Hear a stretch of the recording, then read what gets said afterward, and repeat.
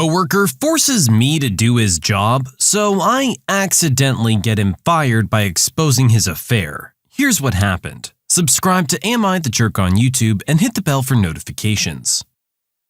Sit back and enjoy a story about some revenge I achieved at the U.S. Postal Service back in the 1990s that cost a bullying full-time carrier his union job. In summer of 1991, I found a summer job as a casual carrier for the USPS. They used to hire summer temps to cover for all the full-time carriers who mostly took their vacations in the summer. The USPS had rules that things had to be delivered within certain time windows. People could get fired if they took too long to do tasks. Carriers were both openly and secretly monitored and timed on tasks. And we had the first computerized time system I ever saw. They would be secretly followed a few times per year to be sure they were working hard the entire time they were outside the post office. The post office building even had secret back hallways, passive sound monitoring, and hidden raised viewing areas where they could see the sorting floor unobserved. Cameras and microphones were hella expensive back then, so this was all done using tricky architecture and the eyes and ears of the postal inspectors. We were supposed to walk over and punch in and out of tasks so that they could track productivity to the second. People walking a delivery route were expected to do it fast, and better routes went to faster carriers. Slow carriers got mercilessly hassled to be faster, and were disciplined for slowness. Look at Newman on Seinfeld. Going postal due to overwork was not really a joke there, cause people would flip out and hurt someone. I hear it's worse now with GPS. Pre-internet, there used to be a huge volume of mail that got shuffled around the country every day. Quantities of email that you would find hard to believe compared to what we see now. I was a broke college student home for the summer, and was willing to work any hours they gave me, so the supervisors liked me. I was also very friendly with most of the full-time carriers, because I was a good worker and didn't rock the boat. Also for other reasons that I'll talk about in a minute.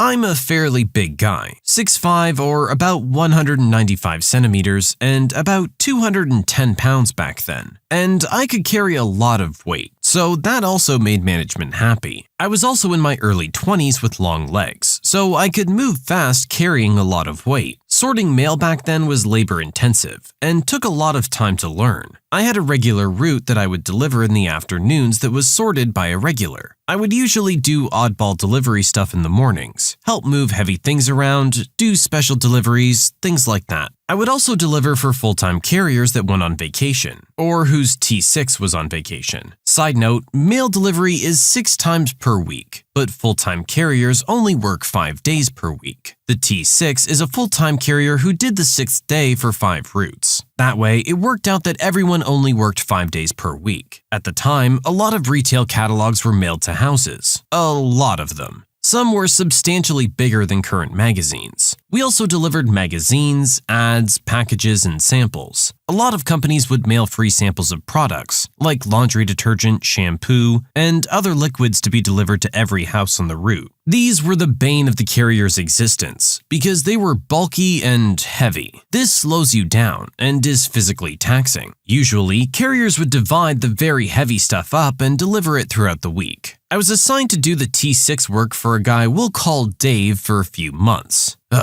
Dave. Picture a phys ed teacher in his 40s, bad mustache, about 5'7", wore knockoff sunglasses like Magnum PIs, and had an opinion about everything. Dave learns he has me as his T6 and decides he'll leave all the heavy stuff for me. So once a week, I got confronted with the entire week's worth of heavy mail for this jerk's route. I confronted him about it and he basically laughed and said that there was nothing I could do about it. The other full-time carriers didn't like Dave much, but I was a temp and he was there permanently, so I was encouraged to just suck it up. I went to our boss and escalated to our postmaster, but was told that he was full-time and I was a temp, so I just had to deal with it. If the mail needed to be delivered that day to meet the deadline, I had to make it happen. The postmaster's exact words were, "Just deliver every piece of mail for the route as fast as you can, and don't worry about the time it takes or anything else." You're making huge overtime on this route." They did talk to Dave, and the most egregious stuff stopped, but I was still doing most of the hard work on this route. I mentioned earlier that everyone was always on the clock and tracked. In my first week, some of the nicer people took me aside at the beginning of the summer and made it clear to me that I was not to move quickly when delivering full-time carriers' routes, because it could make them look bad and cause trouble for them. As a temp, I should always take longer than the full-time carriers, because 1. My job was limited and the USPS didn't really track temps closely. 2. I had zero experience, so everything should take me longer. 3. This was a union shop, and they would hate to have to kick my butt for messing up their jobs. And 4. Most of these people were awesome, and I wanted to be a team player. So I was incentivized to move slowly and not make the full-time people look bad. Side note, I am very pro-union and pro-labor, so this is not intended to knock unions, but the context is needed. I decided to wreck Dave's job since he was such a bullying little tool. I requisitioned 2 additional mail carrier bags. These are the over-the-shoulder satchels you see all the time. I was asked why, and I specifically told them I was able to carry all of the heavy items on Dave's route without having to keep going back to my Jeep to reload along the way. The postmaster personally approved it. After doing Dave's route 1 to 3 times per week for a few weeks, he called in sick a lot too, I knew it very well and was staying on top of the heavy stuff. Once I was comfortable with the route, I started running it. I would literally load up 3 mailbags for each segment of the route and jog or run his entire route. Dave's route usually took him about 4.5 hours per day to walk. This was probably accurate for him, and he'd been on the route for several years. I would finish it in 3 hours or less, every day, rain or shine, no matter how many magazines, samples, or packages were waiting. No one really noticed I was coming back so quickly and punching back out of delivering his route, when I was only doing it a few times per week. I would come back, pick up other work, and get that done. The fun started when Dave took a 2-week vacation and I handled his route 6 days per week. Since I was doing the work right, there was never a backlog of heavy items landing on me once per week. This made it even easier to jog or run his route, as I was back to using 1 mailbag and fast walking or jogging was enough to get it done quickly.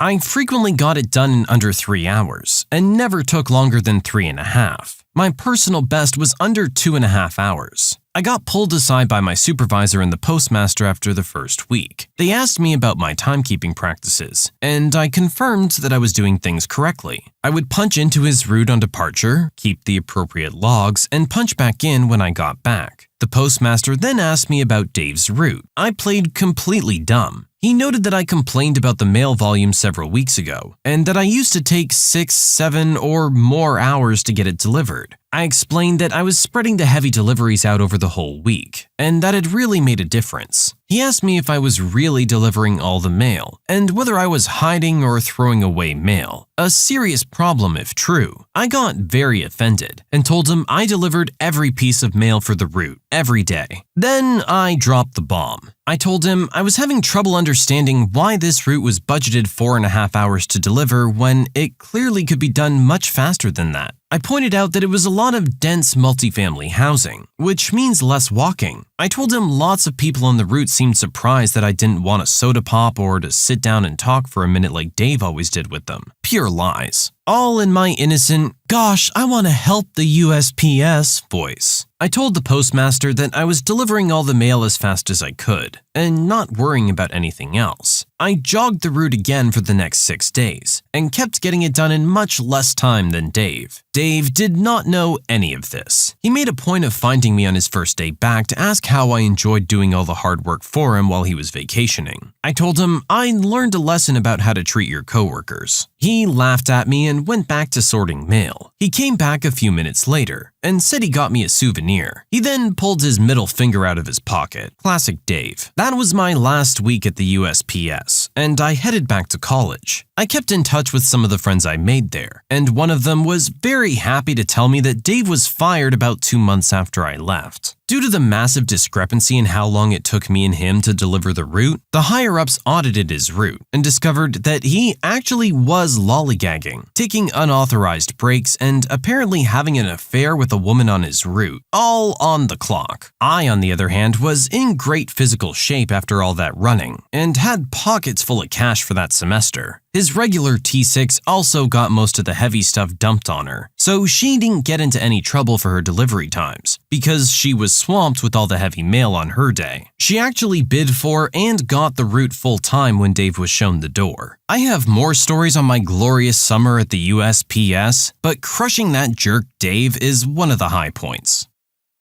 Oh, Dave got in trouble. I mean, I kinda just thought that he would get looked at as being lazy. I didn't realize that he would get audited and all this other crap would come to the surface. Having an affair with someone on your route, on the clock, is probably not something that the post office is gonna look too kindly on. No company likes you wasting their time, especially not a government company when you wasting their time is you getting busy. Coming into it, I really didn't know if Dave necessarily deserved to lose his job over what was going on. But in light of all this new information, it sounds like our original poster did the right thing. You can submit your own stories to be featured here on the channel. The story submission link is in the description below. And if you want to listen to some vibey music in the background, check out easymode, also linked below. And don't forget to subscribe. I let my neighbor's kids spend a night in jail for breaking into my rooftop garden. When I moved cities a few months ago, I rented an apartment on a monthly contract while looking for another one to buy. A couple months in, the owner told me that she'll be putting it on the market, so she'll be needing my schedule to arrange showings. I offered to buy it, and not even 2 weeks later, I was the owner of my own apartment. I live on the second floor. The first floor is owned by a family, father, mother, and 2 teen boys. The ground floor is 2 garages for cars, 1 for each owner. And finally, the roof is split into 2 roofs with an 8-foot wall and separate doors off of the landing. When I bought my house, I wanted to redo the kitchen and bathroom. So I took some cookies and knocked on my neighbor's house to ask for their schedule. I didn't want to do work while they were at home to avoid bothering them. That day, I was on my balcony and I heard the husband complaining about me buying the apartment. Apparently, they were planning to do so, but I beat them to it. Now, fast forward a couple months, and I've turned my roof into a garden, with raised beds for my veggies, pots for flowers, some garden furniture, and an area with some wooden outside tiles. While coming out one day, I met my neighbor, and she asked to see the garden with her sons. I showed it off and thought that was the end of it. That is, until I started noticing how some of my flowers were cut, the furniture was moved, and things like that. So I installed a camera and saw that her sons jump over the dividing wall along with some friends and spend their time there. I told the parents and asked them to tell their kids to stop, that most of the time I'm not at home, and if something happens, there's no way to open the door to help them. It's a metal door with a huge padlock. They said okay, but the kids continued to do so. They even started destroying my plants for telling on them. So I gave their mother an ultimatum. They either stop or I'll be calling the police. She scoffed and called me an entitled witch. The next time I got an alert on my phone, I called the cops and said someone broke into my rooftop garden.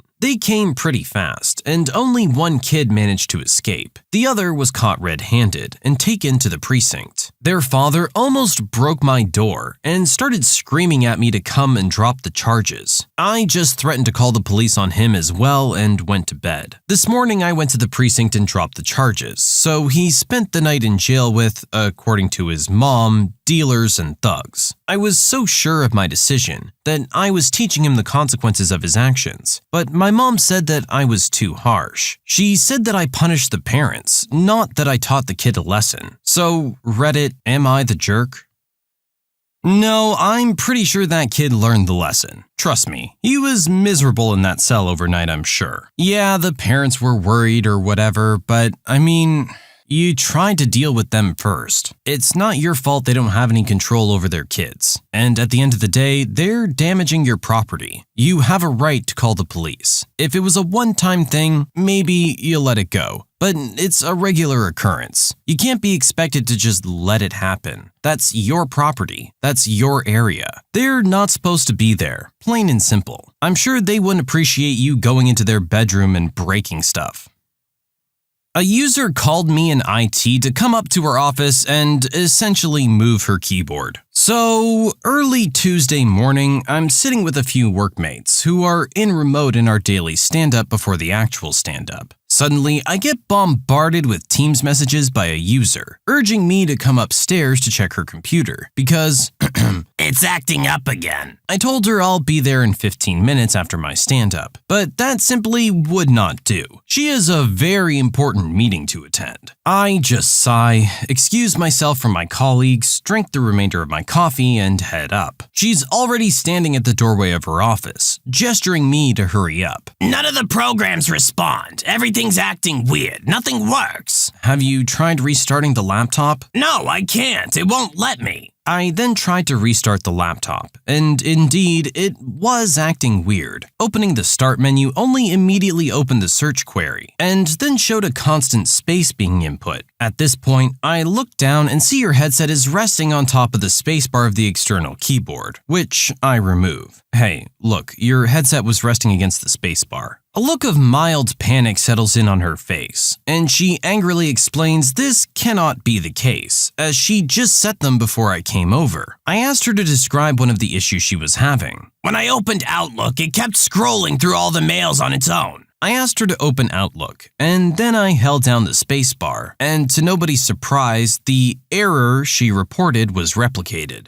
Huh, well that's weird, it does the same thing now. Trying her hardest to look surprised. Yeah, that's crazy. Anyway, whatever caused it, it's gone now. If you have any other problems, let me know. As I left, she was opening up Teams to join her extremely important meeting. It was her daily stand-up.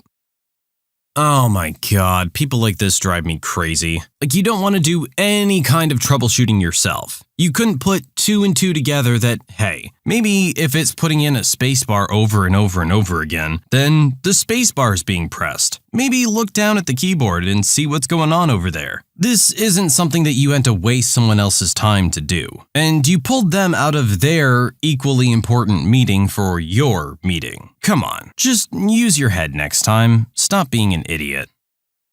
Today, I screwed up by thinking I'd kicked food poisoning's butt, but I was wrong. I am the dumbest person alive. Last week, I apparently ate something that was contaminated. Spent 8 hours on Thursday, starting at 3 a.m., puking out my digestive system 3 to 4 times every hour. Slept on the bathroom floor when I could. It really sucked. Well, today's Tuesday. I figured surely by now, especially since I haven't thrown up since Thursday morning, I'm fine. Everything's fine. Sure, my stomach's been a little upset, but that's anxiety about getting sick again. What better way to celebrate my victory, I decided, than a big bowl of chocolate cereal in the car on the way to class while my dad drives.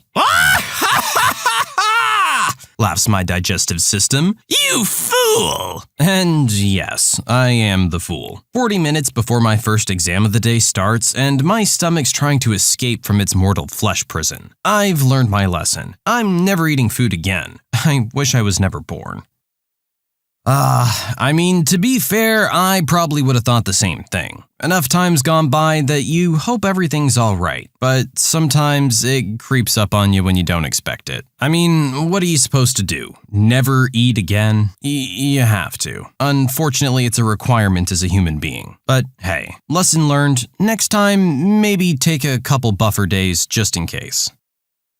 Entitled mother demands I give the cake I bought for my pregnant wife to her kid. My wife is currently pregnant with our first child. She messaged me at the end of my work shift that she had sudden cravings for cake, and I was more than happy to get her one. Unfortunately, as this was close to 6 p.m., the bakery only had a Swiss roll left in terms of cake. As I was selecting a few other breads, a mother and her daughter came in, and the girl noticed the Swiss roll in the display cabinet and shouted that she wanted it. However, I had already ordered it, and when the worker took it out for me, the girl started screaming and crying. The mother did initially ask if I could leave the roll for her, but I said that I ordered it first. She then began getting extremely demanding, saying that I didn't need to eat it. Can't you feel bad for a kid? How selfish are you? Things like that. It only stopped when the worker said that I had come first and ordered it before the mother and daughter had even walked in. I got home and told my wife the incident. She said that I was a bit of a jerk for not giving up the cake for the kid, and that she would have understood if the store had no more since I did buy other sweetbreads. Or I could have gone to the supermarket instead. She also asked why I didn't tell the mother that I was buying it for a pregnant wife's cravings. I didn't see the need to share private info, but wife said that maybe the mother would have been more understanding, and that I appeared to be insensitive by sticking to ordering first as my argument. We did end up enjoying the Swiss roll, and she told me not to worry and just be more mindful next time. But I can't help but feel a bit guilty. Was I the jerk for denying a kid a cake she wanted? No, sorry, you weren't even in the store when it was ordered by someone else. It's unfortunate that your daughter doesn't get to have the cake, but you have the same option as well. You can always go to the grocery store and get something if you really want to. And I agree with our original poster that they're not obligated to share any extra personal information to try and make their argument. They're not the one in the wrong. I get it, the kid wants cake, but you know what? This is maybe a time to teach them a valuable lesson. You don't get everything you want in life. Sometimes you get there just a little bit too late, and it's disappointing, but there's nothing you can do. You move on, you roll with it. Important lesson for the kid. Besides, they're a kid. I'm sure they forgot about it within an hour. When you subscribe, make sure to hit the bell to turn on notifications. Put the playlist on in the background to finish listening to all the stories. Or if you want to listen to some vibey music in the background, check out easymode. If you like Am I the Jerk, give Am I the Genius a shot. Everything's linked in the description.